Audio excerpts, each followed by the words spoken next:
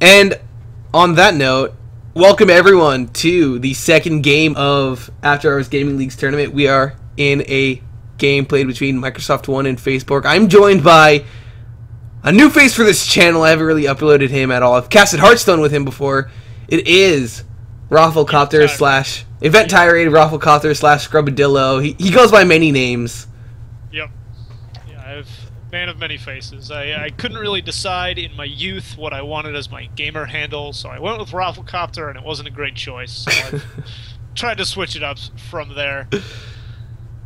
At least your name is probably not taken on various social media. I have a struggle going for me because my name's taken by people on Facebook and Twitter, and my name's taken by someone that hasn't been active on Twitter since 2011. So it's a struggle for me. That's a shame. Yeah. So did you say that this was a best of 3 today? This is a best of 3. Round of 16 are best of 3, I believe. All right.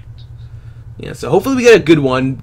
Microsoft One did absolutely destroy Facebook, so morale maybe a little bit lower this time, but hopefully they pick it back up for Game 2. Thank you for joining me, by the way. I never really mentioned that publicly. Thank you. Yeah. I know you guys... This will be fun. I haven't had the opportunity to cast a best of 3 yet, so I'll be able to see how the strategy plays out in this sort of metagame for... You know, we'll call them amateur teams. They're not LCS level. Yeah, definitely not. Research. Switching scenes in the cast because I'm an idiot. Why? Were you using Hearthstone the entire time? I absolutely was. Oh man, this is just clearly one elaborate game of Hearthstone. Blizzard has secretly taken over Riot, and we're just watching a huge Hearthstone match, and one game consists of one turn. Yeah, so that would be quite elaborate, but hopefully it has switched over. You can see everyone loading in now. Yeah. And something I gotta talk about is Silent J's Bard. I don't know, we've never seen Bard in the competitive aspect of League of Legends, but he is really showing why Bard is a champion you cannot underestimate. Especially last game, you may not have experienced this, but like the decision making he possesses on this champion is absolutely amazing. Not only was he able to keep his AD carry alive in a 1v3 situation, but he was able to effectively destroy the enemy's base and co-op. Force action very quickly. The Ignite's going to be ticking coming out from Ibne. He'll be backing away, but he barely survives with 30 health. Yeah, so flashes were traded there. After Bard landed a very excellent stun coming into that jungle, it really forced that Vlad onto the back foot, and then Flash traded from Rumble and Vlad. Rumble's Ignite is down, so down a little bit of combat pressure in the top lane, and we'll see if Hecarim's able to exploit that as this game goes on. Yeah. Vladimir even starting the boots, just gonna keep himself mobile against the Orianna. Probably one of the easier mid laners in terms of laning, in terms of actual like laning presence. It's really easy. You just throw down the ball in the middle of the lane, and what can they do? Yeah, and Vlad doesn't really have any CC to help abuse Orianna's lack of mobility, so it'll be tough to get too much jungle pressure to assist in that. But likewise. Huge power spike at level 9 will start dealing a lot of damage that Orianna's going to have trouble dealing with. Likewise, Hydraxi, once that level 6, like you said before, once level 6 is hit, and if Hydraxi is getting pushed in a bit, it's going to be pretty difficult for them to actually gank the Vladimir. Once he has pool, it's going to be pretty hard to even lock him down. Meanwhile, Silent J with the stun in the bottom lane. Ait takes a bit of damage. Ibne just going to use that Flame Spitter, forcing the Hecarim away for now. But not a lot of damage. Imeeps has the Flask. Looking at the items here, Rumble has started with the Ruby Crystal and might be looking to build to an early Spirit or Haunting Guys. Haunted Guys. There it is. Yeah, I mean that is most likely. If it does force Hecarim to pick up a Spear Visage early on, it could slow down the power spike. I believe last game when Ibane was playing it out, he did play it mid lane against the Ziggs, and he essentially just rushed Mercury Treads. So we might just be seeing that coming up from IMEPs. But a lot of damage going down onto the Hecarim immediately. That's just Ibane showing his proficiency on and off the Hecarim right now. Yeah, Hecarim thankfully does have that Flask 3 potion start, but we'll be looking forward to building those Merc Treads up as soon as he can. Gives him a lot of map pressure as well if he can get the home guards going, but gonna be zoned out of farm for a while if Ibane can keep up that pressure. Something that the Facebork team should know is that Ibane doesn't have flash. I'd be really surprised to see if Nubis Maximus didn't take advantage of that and apply a lot of early pressure for IMEPs, especially with the amount of trouble he's been having in this top lane. Yeah, right now, Ibane even pushed up a little bit, but Hecarim's going to have a hard time contributing too much to a gank just because of his health total right now and the amount of damage that Flame Spitter deals. Silent J, no fear, goes really aggressive onto TJ09 and Ite. Doesn't get chunked too low, so he'll be fine. Even has the mana potion, so he knows he's going to be aggressive in that lane. IMEPs did not expect that. A lot of damage going down onto him. Silent J with the stun onto TJ09, but the Piltover was aimed at the Jinx instead. Nubis Maximus, meanwhile, finds out Yururu. Vaultbreaker coming down onto him, hits the Sad Mummy. And this is just going to be Yururu outdoing Nubis Maximus. The roam coming out from Hydraxi. The Ignite's going to be ticking. That's going to be first blood for the Orianna. The Sphere is going to be coming out as well, and Dissonance as well. Meanwhile, My Fleeting Dream just going to use that net to back away out of those chompers. Ike does have the Ignite down onto him. Silent J almost picks up that kill just with his auto attacks. Not quite enough range on the Q from Silent J to finish that off. And that's going to give some chance for Nami to heal up this Jinx. Didn't quite finish her off. We'll be able to get some CS under the tower and recover a little bit there. But Jinx down 11 farm. It's going to be, tough to make that up against the Caitlyn until the laning phase is kind of ended and Jinx is able to get a freeze somewhere where the Caitlyn harass and the Bard harass can't really come down. Yes. Silent J's just going to be roaming around, picking up those chimes whenever he can. I don't believe. Can we see them in spectator mode?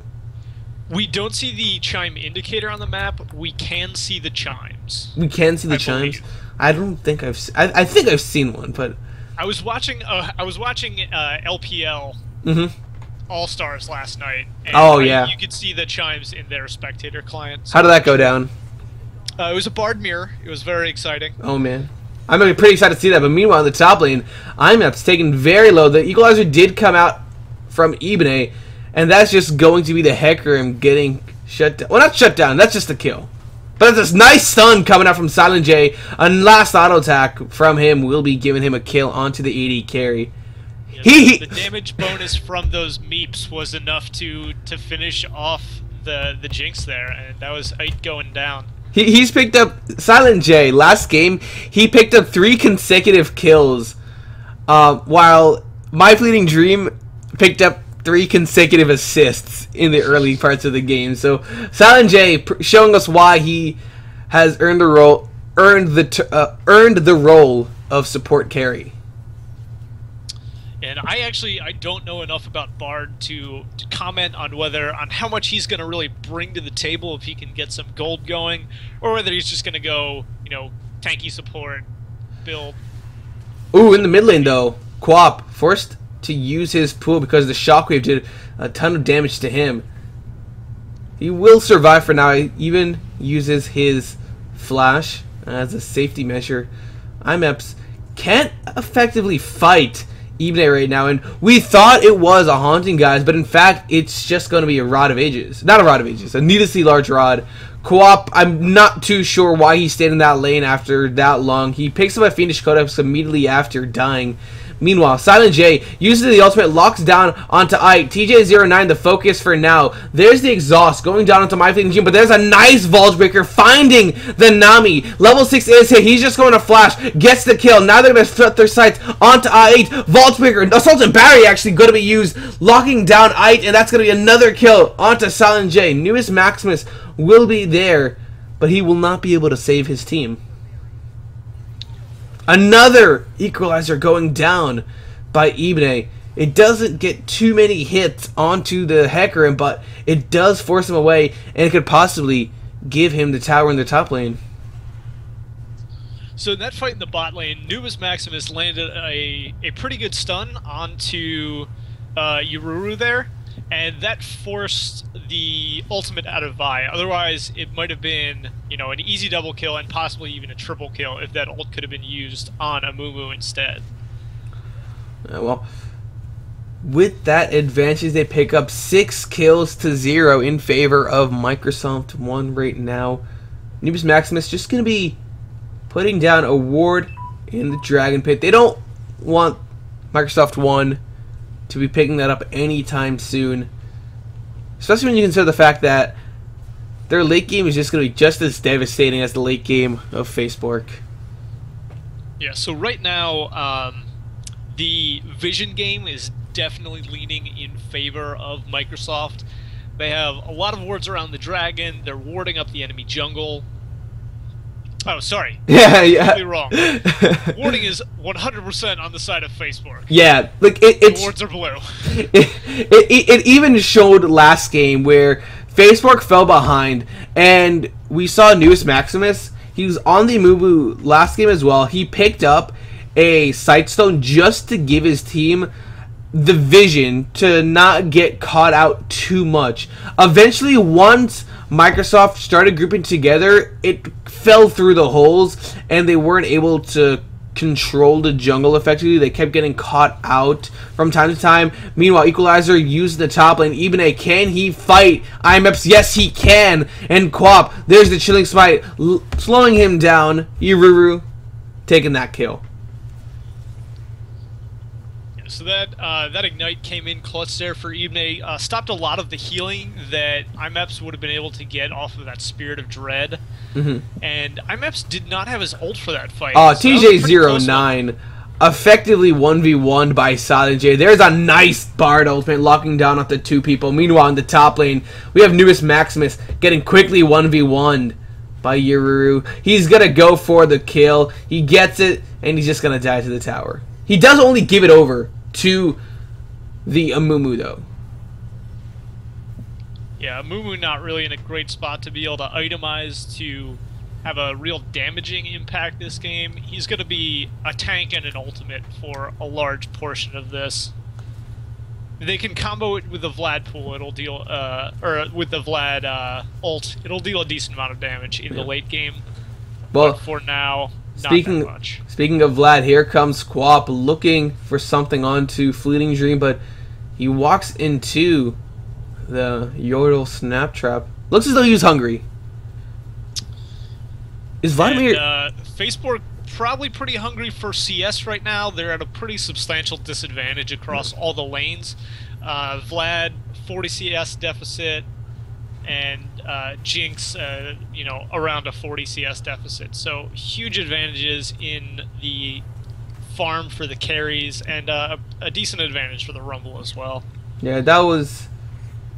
We just saw My Fleeting Dream force out Quap for the time being. Dragon is up and available. Ibne, with no teleport, however, is going to force his team to the 4v5 situation. So at this point, this is in Facebork's favor. They know Ibne's in the top lane. He has 2 kills for his team, but they're not trying to contest it. They're just going to give it up. A really late tidal wave coming out from the Nami, but it's not going to do too much.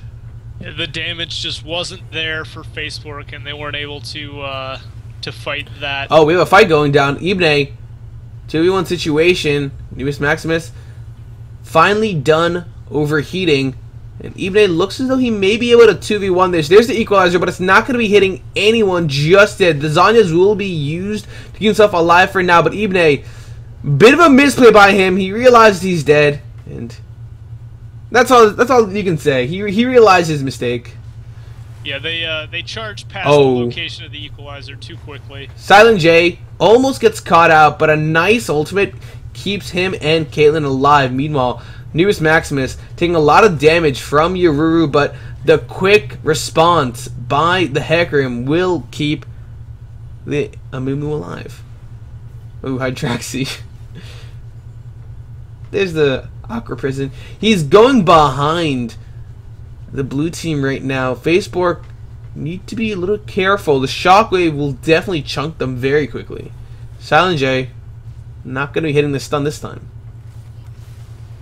Look at that. Hydraxi feeling pretty safe. Ah, Yaruru. Dying to the Krugs. You can't do that, man. He didn't have a buff either, but... He didn't have a buff. It's not like it would have gone away, but... That's just time lost on your buff you really don't want.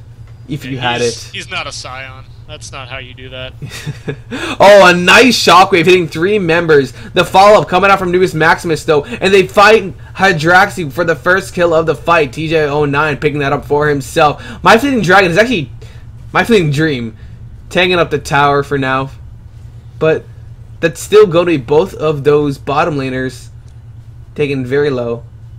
A 1-for-1 trade there. Pretty good for Facebork if they're trying to get back in this. That's a flash coming out from I don't think it would have hit.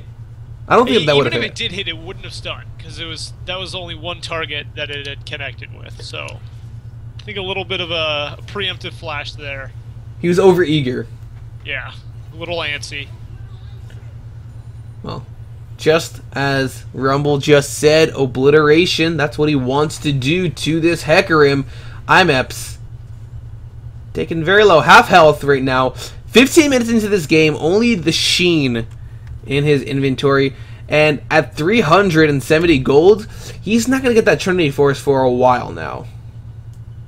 Yeah, and with that spike coming late, and just the pressure that Rumble's been able to apply in this game, he hasn't been able to use his Home Guard teleport to impact the bottom lane either. Well, here comes Nubis Maximus for round 2, going around the side. Ibne has the equalizer back up. Can he hit this correctly this time? IMEPS using the Onslaught of Shadows, but he is going to be going down to the Ignite. Now Ibne, he has to duel out this Amumu, and he will be able to very easily. The Chilling Spite will be used for a bit of slow. Nubis Maximus surviving for now. Ibne actually didn't have the equalizer. I just noticed that's on cooldown. Here comes Quappa, though. They're going to try and get something onto this Rumble. But the move speed boost to get some Scrap Shield should be enough to allow to escape. No, he's actually going to turn it around onto Nubis Maximus. He gets this kill. The Zanyas will be used as well. And a nice turnaround. The Zanya is actually going to be not going to be prolonged by the Bard ultimate. And they pick up a kill onto the Vladimir as well. That's a really cool interaction. I'll get back to that. Actually, I'll get to that right now. Nothing's happening. Tidal Wave used. Actually, no. I get back to that. I get back to that because in the bottom lane, Tidal Wave used from TJ09. Flashes coming out from both of those champions. But My Fleeting Dream will be getting the kill with the ace in the hole. Shockwave gonna get 2 members. Ite and IMEPS taken very low. That's an auto attack taking him down, and a flash auto attack from Silent J, effectively giving his team an unofficial ace.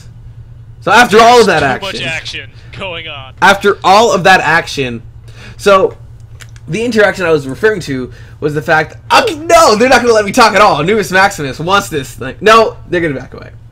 So while My Fleeting Dream is busy taking that mid lane tower, when Ibne used Zanya's, and then Silent J used his own ultimate on top of the Zanyad, Rumble, and the Vladimir, the Zanya's effectively makes him immune to the Bard ultimate. That's actually pretty cool.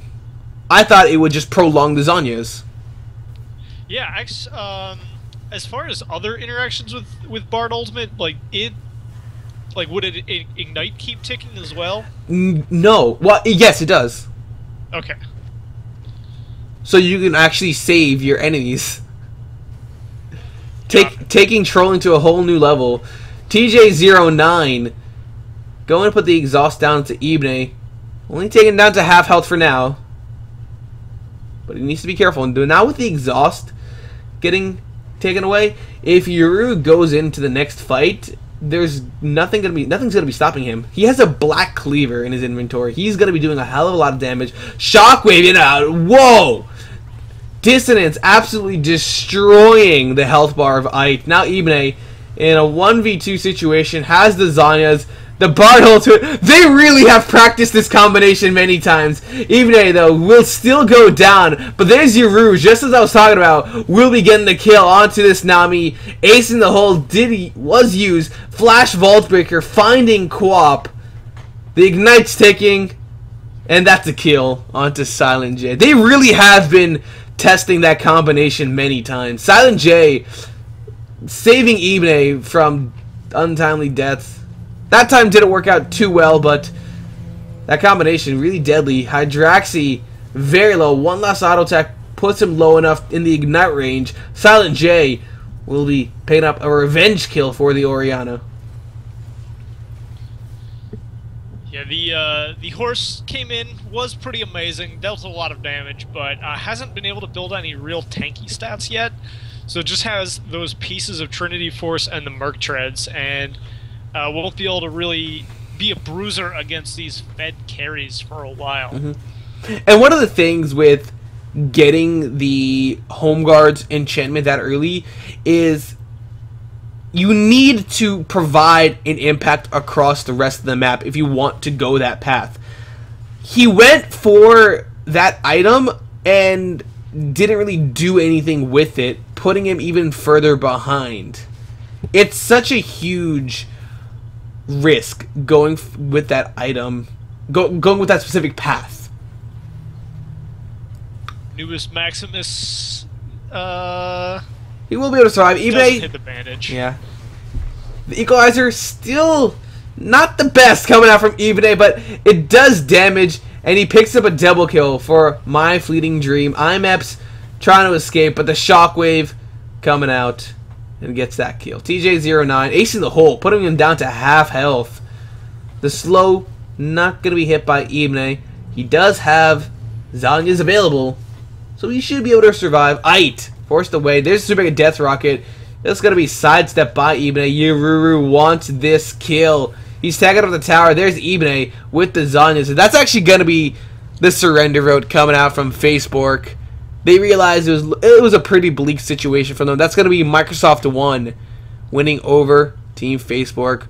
Let me finish my thing off first, and then we can finish off your stream. Thank you for watching the best of 3, and thank you for Rafflecopter / Event Tirade / Scrubadillo / whatever he wants to be called for joining me for this second game. Please remember to subscribe to the YouTube channel if you want to know whenever I upload a new video, and you can also follow me on Twitter, which is @DesiFreshCaster. You can also follow Event Tirade on Twitter. I believe his Twitter is Event Tirade. Scrubadillo. It's actually Scrubadillo now. Okay, he changed it again. Well, thank you, and hope you stay